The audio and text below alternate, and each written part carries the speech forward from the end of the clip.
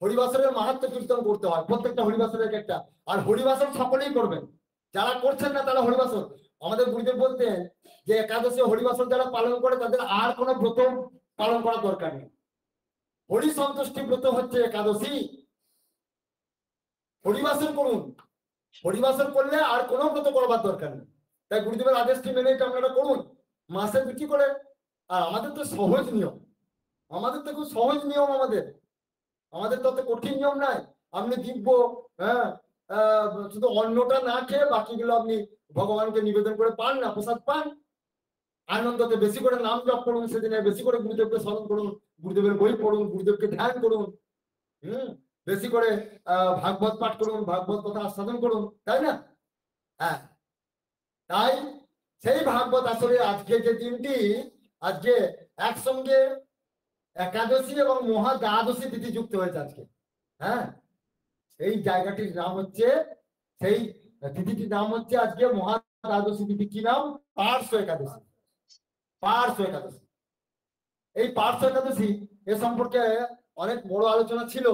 তা এখানে সেই আসলে সাক্ষাৎ বিষ্ণু, মানে বিষ্ণু তো অনেক ভাগ আছে, যিনি ক্ষীরোদায়ী মানে ক্ষীরোদকশায়ী বিষ্ণু, যিনি ক্ষীরোদ সাগরেতে অবস্থান করছেন, তিনি সেই শয়ন একাদশীর দিনে তিনি শয়ন করেছেন। আর আজকে পার্শ্ব একাদশী, মানে আজকে তিনি পাশ ফিরছেন আজকের একাদশীর দিনে।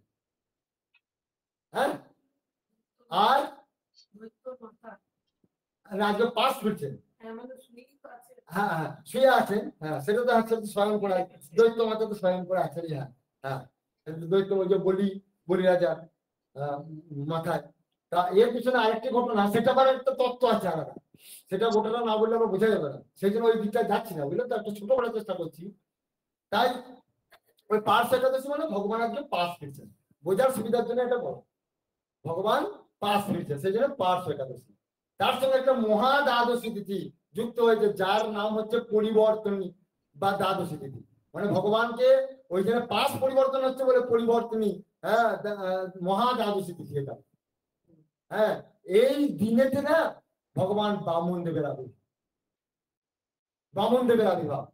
হ্যাঁ, তাই আমাদের সকলেরই এই তিথিটা পালন করা কর্তব্য। আমাদের আজ সকাল থেকে হ্যাঁ সেই তুঙ্গবিদ্যা সখী সহ তুঙ্গবিদ্যার যেমন আজকে আবির্ভাব, হ্যাঁ সেরকম আজকে আমাদের এই বামন দেবেরও আজকে আবির্ভাব আমরা পালন করেছি, ভোগ রাখ দিয়েছি, আলোচনা করেছি। যাই হোক, তা এই বামন দেব ভগবানের যে অবতার এক একজন আসছে, তার আসার এক একটা কারণ কি, তার থেকে একটা কারণ থাকে। তার একটা কারণ ধর্মকে স্থাপন করবার জন্য, আর একটা হচ্ছে ভক্তকে রক্ষা করবার জন্য। এখানেও তার ব্যতিক্রম নয়। এখানে দেবতাদের মায়ের নাম কি জানেন? বাবা মায়ের নাম, দেবতাদের বাবা মায়ের নাম কি? হ্যাঁ হ্যাঁ, বলো বলো। না, অদিতি। দ্বিতীয় হচ্ছে দৈত্যদের মাতা। হ্যাঁ হ্যাঁ, এখানেও বলতে চাইছিলাম কি। হ্যাঁ, আর বাবার নামটা কি জানো? বলুন, ফোনে বলুন, ফোনে বলুন, বলতে চাইছিলেন, ফোনে বলুন। কশ্যপ। হ্যাঁ, কশ্যপ, দেখেছেন? কশ্যপ, অদিতি আর কশ্যপ। এই দেবতাদের, সমস্ত দেবতাদের মাতা পিতা। তা ওই জন্য না সংক্ষেপে একটা এই মাহাত্ম্য কীর্তন করছি। এই যে আমাদের বলিরাজা ছিল ভগবান, বলিরাজা ছিল প্রহ্লাদের নাতি ছিল বলিরাজা। সেই জন্য তার একটা সূক্ষ্ম অহংকার ছিল। দেখবেন আমাদের যদি কোনো, আমরা দেখবেন দাদুকে বাবা করার সময় বা দাদুকে ভেঙে আমরা খাই। আমাদের কয়েকজন আছে দেখবেন, আমাদের, আমি নাম করছি না, একজনা বলে আমার দাদু ছিল হেডমাস্টার, বলে নাকি আমার দাদু ছিল হেডমাস্টার, তার আমি নাতি। অথচ নাতির মধ্যে বুদ্ধিবিদ্যার লেশ মাত্র না, ওই দাদুর নাম দিয়ে চালাচ্ছে আর কি। তো অতিকে কাজ হবে? তোমার দাদু হেডমাস্টার ছিল, তো থাকতে পারে, তোমার কি আছে? গুরুদেব বলতেন। তা সেরকম না, তো গুরুদেব বলতেন সাধন বিষয়, তাই বলতেন আমার, হ্যাঁ ওই জন্য বলতেন আমার দাদু অমুক গুরু শিষ্য ছিলেন, বা আমার ছেলে অমুক মহাপুরুষের শিষ্য। আরে অমুক মহাপুরুষের শিষ্য তোমার নাম কি? আমরাও তো ভগবান হেমন্ত দেবের শিষ্য, হ্যাঁ, তো সেটা ভালো জিনিস, কিন্তু সেই আচরণটা তো ঠিক রাখতে হবে। তার তার যে সৎ গুণ সেগুলো তোমাদের আচরণ করতে হবে। তোমার দাদু হেডমাস্টার, তোমার বাবা হেডমাস্টার ছিল, তো তুমি তার গুণটা তো তোমাকে নিতে হবে, তবেই তোমার বাহাদুরি। তা সেরকম এই যে এই বলি মহারাজের না একটুখানি অহংকার ছিল, একটা অহংকার ছিল। সে অহংকার ছিল আমার দাদু হচ্ছে বড় ভক্ত, তাই হ্যাঁ আমিও তার থেকে কোনো অংশে কম নই। সেই জন্য ওই ওই নাতিকে টক্কা দেওয়ার জন্য না একটা কি করতেন, বিখ্যাত দানীয় হয়ে গেলেন আর কি, প্রচুর দান ধ্যান করতেন। ওই রকম দানি পৃথিবীতে আর কেউ ছিল না। আর একটি তার দোষের মধ্যে দোষ ছিল কি না, ওই ইন্দ্রের বিরোধিতা করতেন। ইন্দ্রের সঙ্গে ও তো চিরদিনকার অসুর বা দৈত্যদের সঙ্গে তো হতো না, হ্যাঁ কোনোদিনে হতো না দেবতাদের। ওটা ইন্দ্রেরও দোষ ছিল, আবার দৈত্যদের দোষ ছিল, উভয়েরই দোষ আছে। কারণ দেবতারা তো মহাভোগী, আমরা কাল আলোচনা করেছি, ওরাও ভালো নয়। কারণ তারাও মাত্র তারাও হিংসা করতো। ইন্দ্র দেখতেন না, ইন্দ্রের কাজ কি, যখন কেউ কঠোর তপস্যা করবে তাকে ফেলে দেওয়ার চেষ্টা করবে, হ্যাঁ ওই তাকে একবার কষ্ট দেওয়ার চেষ্টা করবে। এই ইন্দ্র, ও সব ইন্দ্র সবসময় ভাবছে আমার এই পদ দেবতা এই গেল এরকম ভাবে যে করতো। সেই সুবাদে এখন এই বলিরাজার সঙ্গে তার একটা দ্বন্দ্ব চলে, সেই দ্বন্দ্বতে ইন্দ্র পরাজিত হয়ে যায়। এবারে কি হয়েছে, আর বলিরাজা সেখানে জিতে যায়। হ্যাঁ, বলিরাজার এমনি যাই হোক, বলিরাজার একটা মহান গুণ ছিল। হ্যাঁ, একটা গুণ ছিল যে সে তার দাদুর নীতিটাকে অবলম্বন করেছিল, কিন্তু সূক্ষ্ম অহংকার ছিল বড় দাতা হিসাবে, যে আমি গোটা পৃথিবীর মধ্যে শ্রেষ্ঠ দাতা হব, আমার উপর যেন কেউ আর দান না করতে পারে, এই একটা তার অহংকার ছিল। আর সেই সুবাদে ভগবান চিন্তা করে দেখলো যে কি করে আমি এর অহংকারটা চূর্ণ করি। একটা সুযোগ হয়ে গেল।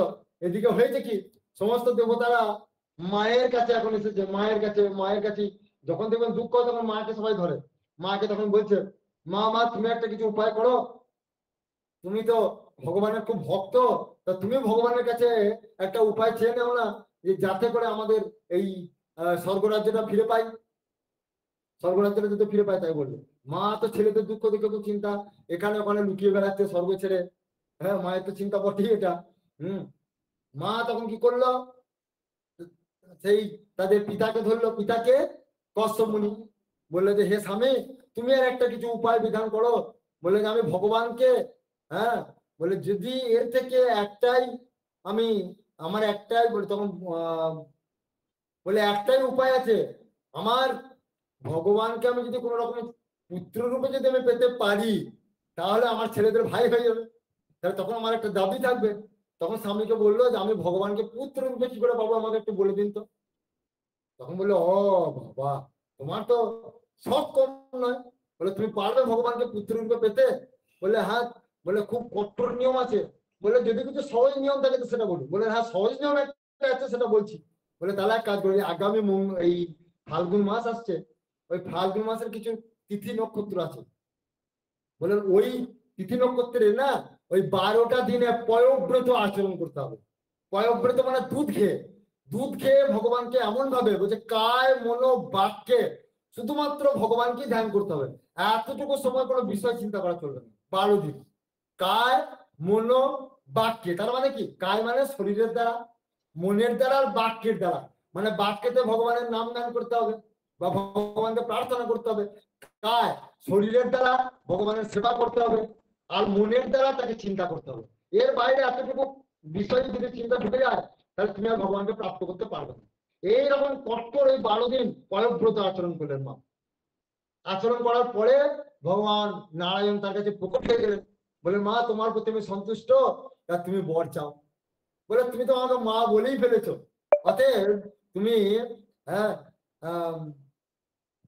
তখন বললে যে আমি তোমাকে ওই পুত্র রূপে পেতে চাই। বলে যে না, ভুল বলছি, বলে তোমার মতো আমি একটা পুত্র চাই, বলে তোমার মতো আমি একটা পুত্র চাই। তখন নারায়ণ বলছে আমার মতো পুত্র? বলে আমার মতো তো জগৎ আর কেউ নাই, আমি তো একাই, ভগবান তো একাই। বলে আমার মতো তো পুত্র ইয়া হবে না, তাহলে আমাকেই যেতে হয় তোমার গর্ভে। বলে তাহলে তো অতীব উত্তম। বলে ঠিক আছে মা, আমি তাহলে তোমার গর্ভে প্রবেশ করে আমি তোমার গর্ভ থেকে আমি আবির্ভূত হব। কোন দিনটিতে? এই আজকের দিনটিতে, ভাদ্র মাসের শুক্লপক্ষের এই আজকের দিনটাতে। কি দিনটা? শুক্লপক্ষের এই বামন দ্বাদশী, এই দ্বাদশী, মহা দ্বাদশী, এই যে পরিবর্তনের মহা দ্বাদশীর দিনটা, তিনি আবির্ভূত হলেন।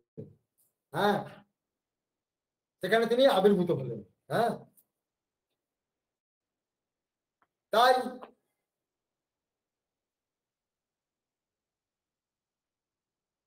ঠিক আছে।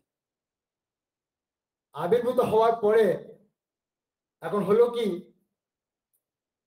মাতা কশ্যপ এদিকে পিতা কশ্যপ আর মাতা অদিতি, তাদের তো আর আনন্দ ধরে না, সাক্ষাৎ ভগবানকে ছেলে রূপে পেয়েছে।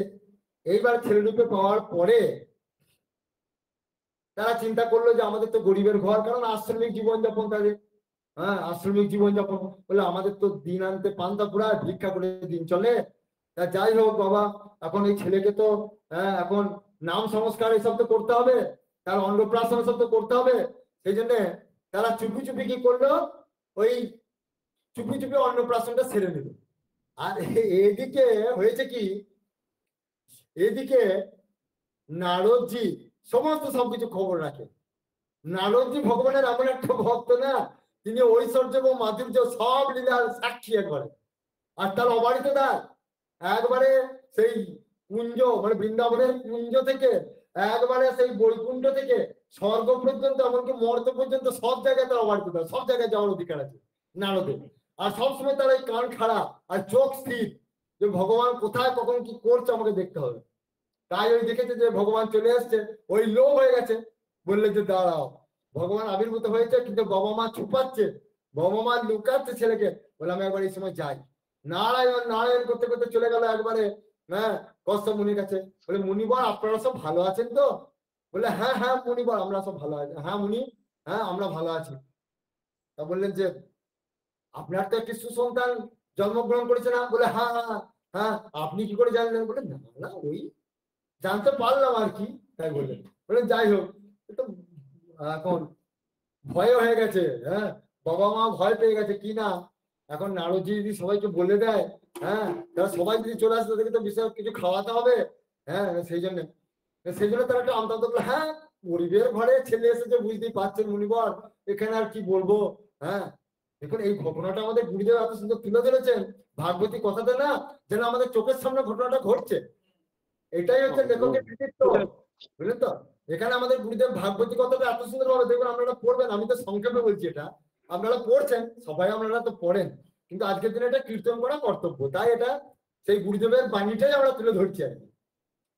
সেখানে বলছেন যে আমাদের তো গরিব ঘর, নুন আনতে পান্তা ফুরায়। হ্যাঁ, তাই এই জন্যই চুপি চুপি কোন রকম অন্নপ্রাশনটা সারলাম মুনিবার। যাই হোক, তা নারদজি বলছেন তা ঠিক আছে, তা ভালো কাজ করছেন, ঠিক আছে। তাই এইবার তো কিছুদিনের মধ্যেই তো ছেলের তো উপনয়ন সংস্কার করতে হবে। তখন তখন ওই চুপি চুপি ইয়ে করছে, তখন এই মানে একটা আমতা আমতা, হ্যাঁ মানে ওই মানে হ্যাঁ করতে তো হবে, না করতে হবে সেটা তো একটু করতে তো হবেই নাকি। হ্যাঁ, সে চমকে গেল, হ্যাঁ করতে তো হবে করতে হবে। তবে ভয় পেয়ে তখন বলছে মুনিবর আপনার কাছে একটা নিবেদন। মনে মনে ভাবছে যে নারদজি তো মহা, হ্যাঁ একটা তার মহান একটা গুণ কিনা, সব বাইকে সব কথা ফাঁস করে দেয়, সব বাইকে সব জানিয়ে দেবে আর কি, পেটে কিছু রাখতে পারে না। বলে যে ইনি তো আপনি সবাইকে সবকিছু বলে দেবেন তো, এটা মহা ইয়ে। হ্যাঁ, তখন বললে যে এই একটি ভয়, তখন ভয় হয়ে গেছে। না মুনিবর মানে একটা আপনার কাছে নিবেদন। বলে কি? বলছে একটাই নিবেদন, যে আপনি না আপনি এই কাজটা করুন, ছেলের পরীক্ষা দেবো, ওই সময়টাতে আমাদের দু একজন পুরোহিত তো থাকবেই, সেখানে আমাদের গর্গমুনি বশিষ্ঠ মুনি এনারা দু চারজন থাকবেন, তন্ত্রধারক মন্ত্রধারক এনারা থাকবেন, আর তার সঙ্গে না আপনি থাকবেন। আপনি তো আমাদের প্রিয়, মানে ভোলাচ্ছে আর কি, দিচ্ছে এনাকে একটুখানি বেশ বুঝিয়ে রাখতে পারলে আমাদের কাজ হবে। হ্যাঁ, হাতে রাখবো আর কি, যে এনাকে ওই টুকটাক করে কোনো রকম সেরে নেবো উপমিতটা আর কি। আপনি শুধুমাত্র উপস্থিত থাকলে আমার এই কাজ হয়ে যাবে। ঠিক আছে ঠিক আছে, যাক খুব ভালো হলো খুব। আচ্ছা কোন দিনে হচ্ছে তাহলে আপনার উপনয়নের সংস্কারটা? দিন তিথি সবকিছু বলে দিল।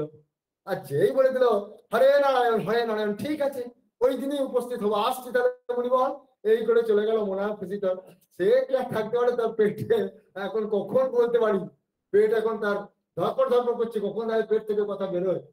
সঙ্গে সঙ্গে চলে গেল একবারে কৈলাস, বলে একবার বাবা শিবকে দর্শন করে যায়, মা পার্বতীকে আবার দর্শন করে যায়, কতদিন যাই না এই পথে একবার যায়। সেখানে গিয়ে ভালো আছেন তো মা বাবা, আপনারা ভালো আছেন তো? হ্যাঁ ভালো আছি বাবা, ভালো আছি। তো নারদজি তো চট করে আসে না, নিশ্চয়ই কিছু খবর নিয়ে এসেছে। কিছু সংবাদ। তা কি সংবাদ নিয়ে আসা হয়েছে মুনিবর? বলে আপনারা জানেন না সাক্ষাৎ ভগবান হ্যাঁ কশ্যপ অদিতির কাছে পুত্ররূপে এসেছে, তার উপনয়ন সংস্কার হবে, তাই উনারা তো আসতে পারবেন না, আমার মাধ্যমে বলে পাঠালেন আপনারা সপরিবারে ওখানে গিয়ে উপস্থিত হবেন। বাস বলে দিলেন নিশ্চয়ই যাবো নিশ্চয়ই যাবো। হয়ে গেল। বাবা শিব খুব খুশি হলেন, মা পার্বতী খুব খুশি হলেন। তারপরে এইভাবে চলে গিয়ে বলে আমরা বৈকুণ্ঠের দিকে একবার ঘুরে যাই, আমার প্রভুর কাছ থেকে কেন ছাড়া প্রভুর কাছ থেকে একবার ঘুরে যাই। বৈকুণ্ঠে গিয়ে মা লক্ষ্মীকে আগে বললেন, মা বাবা আপনারা হ্যাঁ ওই বামন দেব এসেছেন হ্যাঁ কশ্যপের বাড়িতে, তাই ওখানে গিয়ে হ্যাঁ তার তো কইতে হবে তার বাবা মা আপনাদেরকে যাওয়ার জন্য সপরিবারে যাওয়ার জন্য নিমন্ত্রণ করেছে। হ্যাঁ বাস হয়ে গেল। তারপরে কি করলো বলে যে তাহলে কশ্যপ মুনির হ্যাঁ দাদার কাছেও যেতে হয়, দেবতারা তো সব তার ভাই, বলে তাহলে তাদেরকেই বা কেন ছুপায়, তারা পরে আবার তারা তো রাগ করবে, ওই জন্য তার ভাইদের কাছে যায়। দেবরাজ ইন্দ্রের কাছে বললো যে ইন্দ্র দেবরাজ ইন্দ্র আপনারা সপরিবার আপনাদের ঘর শুদ্ধ নিমন্ত্রণ, ওই দিনে আর রান্না বান্না কিছু চাপাবেন না ঘরে, দয়া করে আপনার ভাই হ্যাঁ ওই জন্মগ্রহণ করেছে তার নাম হচ্ছে বামন দেব, তার উপনয়নে তো আপনারা যাবেন, ঘর শুদ্ধ নিমন্ত্রণ নয় বলে। আর সব ইন্দ্ররা সব খুশি। যাই হোক এইভাবে অন্নপূর্ণা সমস্ত চন্দ্র সূর্য সবাইকে নিমন্ত্রণ করেছিল, সেই দিনটা উপস্থিত হয়ে গেল। এইবারে কি করেছে সেই আমাদের বাবা কশ্যপ মুনি এখন সকাল সকাল হ্যাঁ অতি প্রাত্যসে একবারে সেই সূর্য উদয়ের আগে স্নান করে নিয়েছেন, বৈদিক মন্ত্র পাঠ করছেন, এসব করার পর তিনি ওই নান্দি মুখ হবে, এবার নান্দি মুখের উপকরণ সব জোগাড় করছেন। তারপর আস্তে আস্তে দেখলো যে গর্গাচার্য হ্যাঁ তারপরে এদিকে আমার বশিষ্ঠ মুনি ইনারা যারা ওই সকল কাজগুলি করবেন মন্ত্রধারক তন্ত্রধারক তারা এসে উপস্থিত হয়েছে। হ্যাঁ এইরকম উপস্থিত হওয়ার সঙ্গে সঙ্গে কিছুক্ষণ পর দেখছে চারিদিক দিয়ে হ্যাঁ এক বিশাল কলরব হচ্ছে। কলরবটা কি না সেখানে দেখছে যে একদল ঢক্কা মানে ঢাক বাজাতে বাজাতে একটা দল আসছে, সে ঢাকের আওয়াজে মানে গোটা আশ্রম মুখরিত হয়ে গেছে, আবার আরেকটা দল শুধু মৃদঙ্গর আওয়াজে মুখরিত হয়ে গেছে। আরে সবাই তো ভগবানের উপনয়ন হবে দেখতে আসছে, ভগবানের উপনয়নে চারটিখানি ব্যাপার, এটা সবারই সৌভাগ্য। তাই কেউ আর বিশ্ব ব্রহ্মাণ্ডে কেউ আর সবাইকে তো নারদমণি নিমন্ত্রণ করেছেন, সেখানে নাপিতকে পুরোহিত কাউকে ছাড়েন নাই, কুমোরকে কামারকে সবাইকে একবারে কাউকে ছাড়েন নাই, সবাই চলে এসছে। এইবারে হয়েছে কি যারা নৃত্য করে তারাও চলে আসছে নাচতে, তারাও নৃত্য দেখা প্রদর্শন করতে করতে আসছে, যারা গান করে তারা গান প্রদর্শন করতে করতে আসছে, যারা নাম করে তারা নাম করতে করতে আসছে। এইভাবে গোটা আশ্রমে এক দিব্য মানে একটা দিব্য আনন্দের একটা হুল্লোড় বয়ে গেল। আশ্রমে তো আনন্দের হিল্লোল বয়ে গেল, কিন্তু এদিকে দুঃখটা হচ্ছে কশ্যপ মুনির আর মাথায় যে বাবা এই দেবর্ষি মুনিকে যেটা ভয় করছিলাম সেটাই করে দিল, এই বেটা সবাইকে বলে দিল বলে এইসব লোকগুলোকে আমি খাওয়াবো কি, আমার তো কিছুই নাই। এবার কোন রকম তার হ্যাঁ মানে উপনয়ন কাজটা তার ওই সময় হয়ে গেল সবকিছু, কিন্তু মনে একটা টেনশন। হ্যাঁ সবাই চিন্তা করছে, বললো যে কাজ তো হয়ে গেল, বেলা গড়িয়ে গেল, এখনো কই রান্না তো চাপলো না, বলে এবার তো আমার বদনাম হয়ে যাবে, সবাই তো আমার বদনাম করতে করতে যাবে, বলে যদি বা একটা সন্তান পেলাম সুসন্তান আবার আমার বদনাম করে দিয়ে সব চলে যাবে, বাবু এই নারদ এরকম ভুল কাজ করলো এরকম কাজ করলো, তার বদনামও করতে পারছে না, সাধু মানুষ। হ্যাঁ কতগুলো শিক্ষা হচ্ছে এখান থেকে, বদনাম করার জন্য নাই, কিন্তু মনে মনে ভাবছে আমি কি করবো এবার, এখন কি করি, ওই টেনশন করছে। ওই টেনশন করতে করতে করতে করতে তারপর দেখছে কিছুক্ষণ পর মা লক্ষ্মী মা অন্নপূর্ণা মা দুর্গা তারা একবারে বাসন পত্র সব একবারে গাড়ি ভর্তি একবারে রথ ভর্তি সব মালপত্র নিয়ে আসছে। বলে বাবা এই তো দেখছি মা লক্ষ্মী মা অন্নপূর্ণা মা দুর্গা স্বয়ং চলে এসছে তো একবারে সবাই নিয়ে এসেই হ্যাঁ তারা পাক শাক আরম্ভ করে দিল, সব রান্না বান্না আরম্ভ করে দিল, আর পেট পুড়ে সবাইকে খাওয়ালো। সবাই একবারে খুব খুশি হয়ে গেল। যাক অদিতি হ্যাঁ আর মাতা অদিতি আর কশ্যপ মুনি তারা তো একবারে খুশি বাবা খুশি। যাক নারদজি তার মানে এই একটা প্রমাণ হয়ে গেল, নারদজি কাউকে কষ্ট দেয় না, সবাইকে ভালোর জন্যই সবকিছু করে। এটা আমরা প্রথম বুঝতে পারি না, তাই পরে শেষে সবকিছু ভালো বোঝা যায়। হ্যাঁ এটা থেকে একটা প্রমাণ হলো নারদজি সবারই ভালোই করে আর কি। নারদজির কাজ হচ্ছে সকলের সঙ্গে ভগবানের সঙ্গে যুক্ত করা সকলকে, এটা নারদজির কাজ। যাই হোক এখানেও সেটা সব প্রমাণ হয়ে গেল, সবাইকে সেই ভগবানের সঙ্গে মিলিত করলেন। হ্যাঁ সবারই তো উপকার হলো, দেবতার লোক মানুষ সবাই তো ভগবানকে দর্শন করলেন, ভগবানের সঙ্গে মিলিত হতে পারলেন, অর্থাৎ রাসের সৃষ্টি হয়ে গেল। এই এক রাস মিলন হয়ে গেল সবার সঙ্গে। এটা কে করলেন? নারদজি। হ্যাঁ, তাহলে বৈষ্ণবের একটা কৃতিত্ব বোঝা গেল। হ্যাঁ, এটা বৈষ্ণবের কাজ। এখান থেকে আমরা নারদজির কাছ থেকে এই শিক্ষা পেলাম। এইবারে হয়েছে কি, ওখানে প্রথম যে ভিক্ষা মা, যা ভিক্ষা তো প্রথম, হ্যাঁ, মাতৃকুল পিতৃকুল সবাই তো দিল, মাতা পিতা সহ মাতৃকুল পিতৃকুল সবাই সেই বামন বটুককে ভিক্ষা দিল। তারপরে ভিক্ষা মা হলো কে? স্বয়ং অম্বিকা মা দুর্গা, তিনি ভিক্ষা দিলেন। এবার যা কিছু মা দুর্গার কাছ থেকে ভিক্ষা তো ভালোই পেয়েছে। হ্যাঁ, এবার যা কিছু ভিক্ষা পেয়েছে, এবার তিনি তো ব্রহ্মচারী রূপে এসেছেন, আশ্রমে তো তার জন্ম, তাহলে আশ্রমে তো জন্ম মানে তো ব্রহ্মচারী রূপে এসেছেন। তাই আশ্রমে যা কিছু পাওনা, ব্রহ্মচারীরা যা কিছু পায়, সেটা কার প্রাপ্য? গুরুর প্রাপ্য। গুরুর প্রাপ্য। আশ্রমবাসী বা আশ্রমবাসিনী যারা থাকবে, তাদের বলতে তো কিছু থাকে না, তারাই তো গুরু দেবে।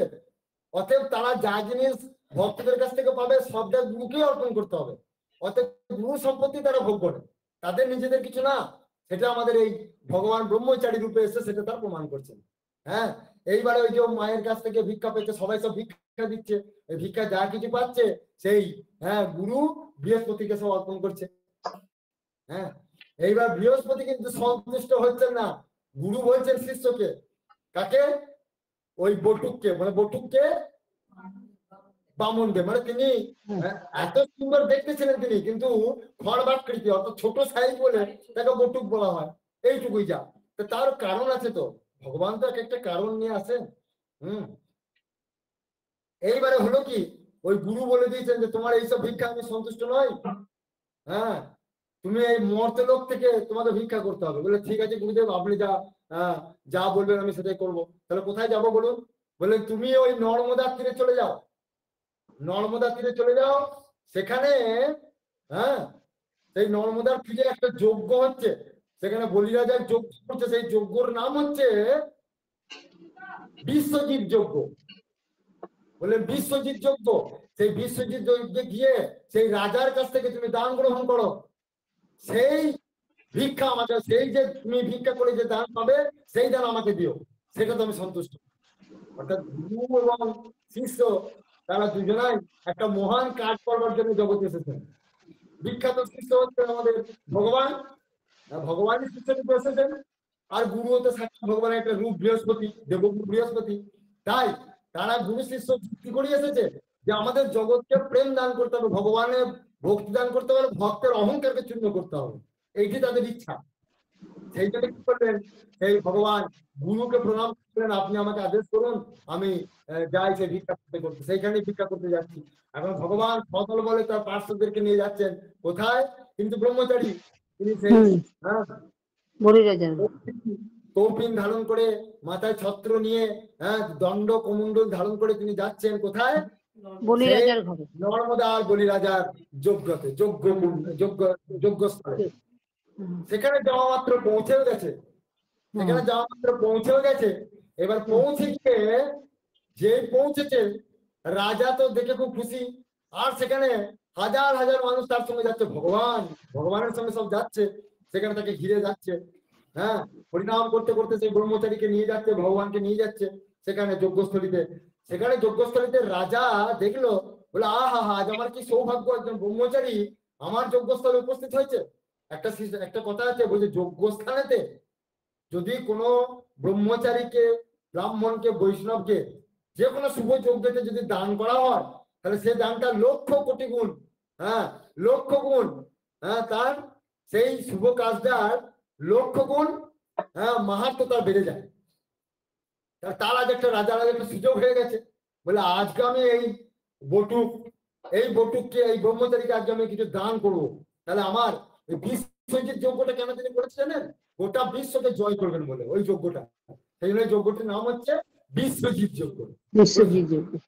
বিশ্বজিৎ যজ্ঞ। হ্যাঁ, তা এইবারে কি করলেন, বললেন যে প্রভু আপনি যখন আমার এখানে দয়া করে এসেছেন, তখন আমি আপনাকে কিছু দান করতে চাই। আর একটা কি জানেন তো, বলিরাজার যে বড় দান, বড় দাতা, তার একটা প্রমাণ। বলছে শ্রেষ্ঠ দাতার একটা লক্ষণ কি জানেন? যিনি শ্রেষ্ঠ দাতা হবেন, তিনি কারোর কাছে, মানে উপযুক্ত জায়গাতে যেখানে দান করবেন, তাদের কাছে মানে ওই চাওয়ার অপেক্ষা করবেন না। মানে আমি চাইবো তারপর আপনি দেবেন, এটা কিন্তু বড় দাতার লক্ষণ নয়। আমি আপনাকে চাইছি আপনি আমাকে দান করুন, আমার আশ্রমের জন্য দান করুন, ওটা কিন্তু দাতার লক্ষণ, সেখানে আমরা পূর্ণ হবে। কিন্তু বড় দাতা কে বলুন?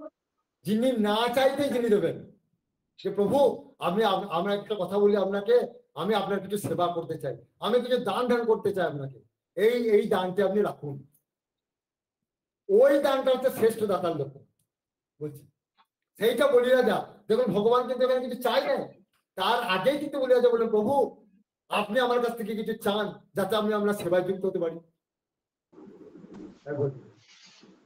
হ্যাঁ, কারণে আসা ভগবানের ওই যে নরোত্তম দাস ঠাকুর লিখেছেন না, বলি রে ছলিতে প্রভু হইলা বামন। ছলনা করবার জন্য এসেছেন ভগবান বলিকে, অনেক কারণ নিয়ে ভগবান আসেন বলিকে ছলনা করবার জন্য, তার অহংকার নাশ করবেন এবং ভক্তকে তার চরণে স্থান দেবেন বলে, আর জগতে সেই ভক্তকে বড় করবেন বলে। এটাও তার একটা লোক, ওই সামান্য একটু অহংকার আছে তো সেই অহংকারটা ছিন্ন করবেন, এই আর কি হলো এবারে।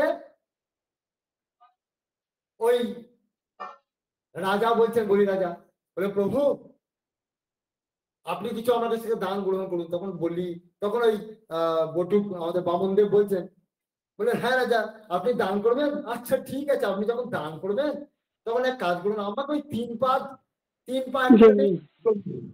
তাতে আমি খুশি হই। কোন তো বলি রাজা হাসলেন, বলে এই এত সামান্য দান আপনি নেবেন? ওই যে একটা ওই অহংকার হয়ে গেল, এই আমরা সামান্য দানে কি হবে? হ্যাঁ, এই সামান্য দানে আপনি এই একটা একটা একটা আশ্রম করার মতো জায়গা তো একটা নিন, একটা আশ্রম করার মতো জায়গা নিন, বা সেখানে আপনি ঘর বাড়ি করবার জন্য কিছু অর্থ করে নিন। হ্যাঁ, বা সেখানে ঠাকুর বিগ্রহ তৈরি করবেন, সেখানে হাট বাজার করবার জন্য একটা সময়ের জন্য কিছু চেয়ে নিন, এইসব কিছু করুন। তখন বলছে আমি তো ব্রহ্মচারী, আমার আর আমি তো এমনি, আমি সাইজেও ছোট, আমি তো খড়বাকৃতি, আমার আর কতটুকুই বা আহার, আমার কিছু দরকার নেই, ওই 3 পা থাকার মতোই। বলে আমি তো ব্রহ্মচারী, আমার এই 3 পা জায়গা দিলে ওর মধ্যে আমি জীবন নেব, ওইটুকু দিলেই আমার হবে।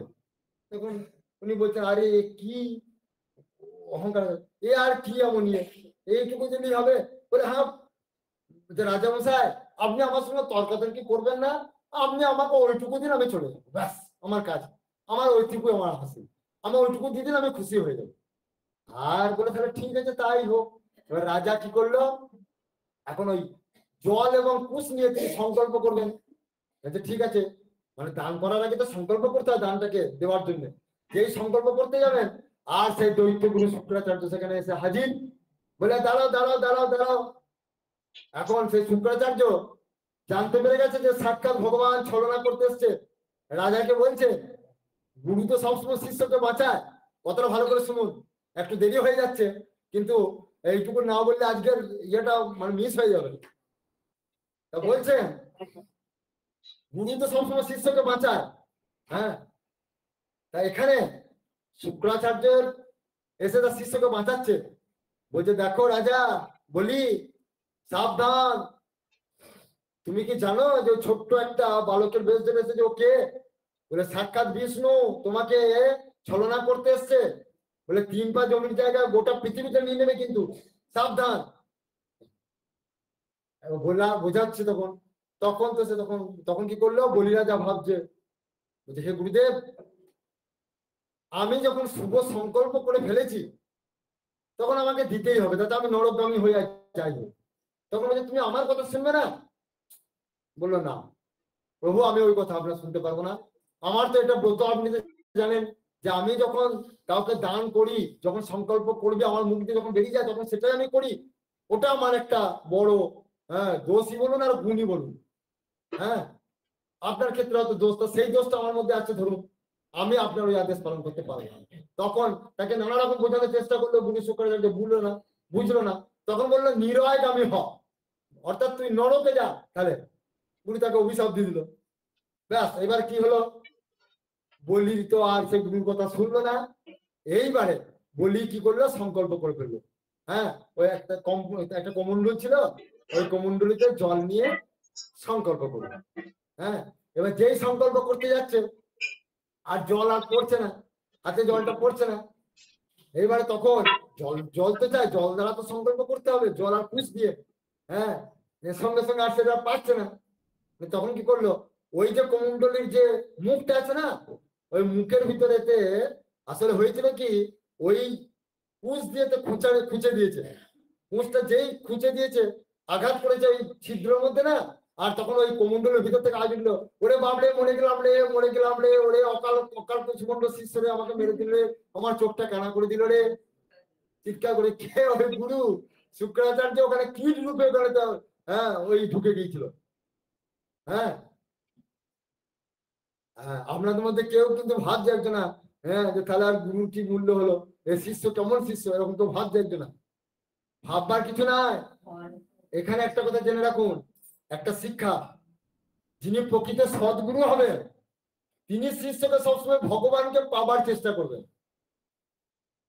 আর যিনি অসৎগুরু হবেন তিনি সবসময় শিষ্যকে ভগবানের থেকে দূরে সরে। এখানে শুক্রাচার্য একজন লোভী গুরু, লোভী গুরু লালটি ছেলা দোলমকে নরকে গেলা, নরকে ঠেলাম ঠেলা।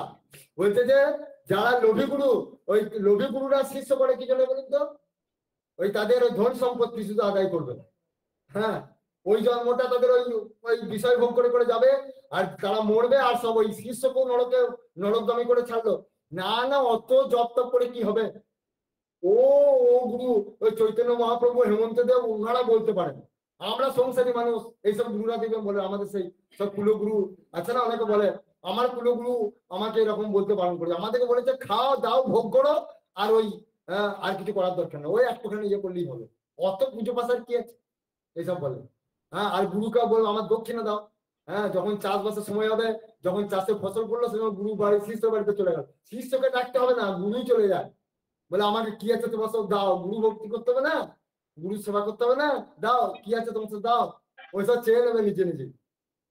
এরকম অনেক ঘটনা আছে আমাদের গুরুদেব থেকে শুনেছি। যাই হোক, তা ওই হচ্ছে ওই শুক্রাচার্যের দল।